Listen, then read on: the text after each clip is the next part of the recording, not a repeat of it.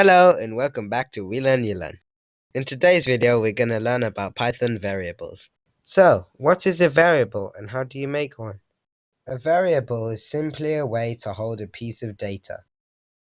To make a variable in Python, type the variable name, then an equal sign, and then put in quotation marks what you want to have in the variable.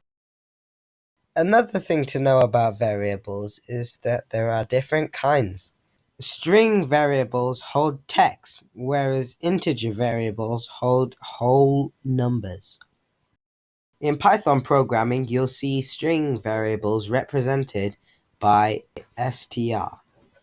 Integer variables will be represented as int. An important fact to remember with variables is that they can only hold one item of data.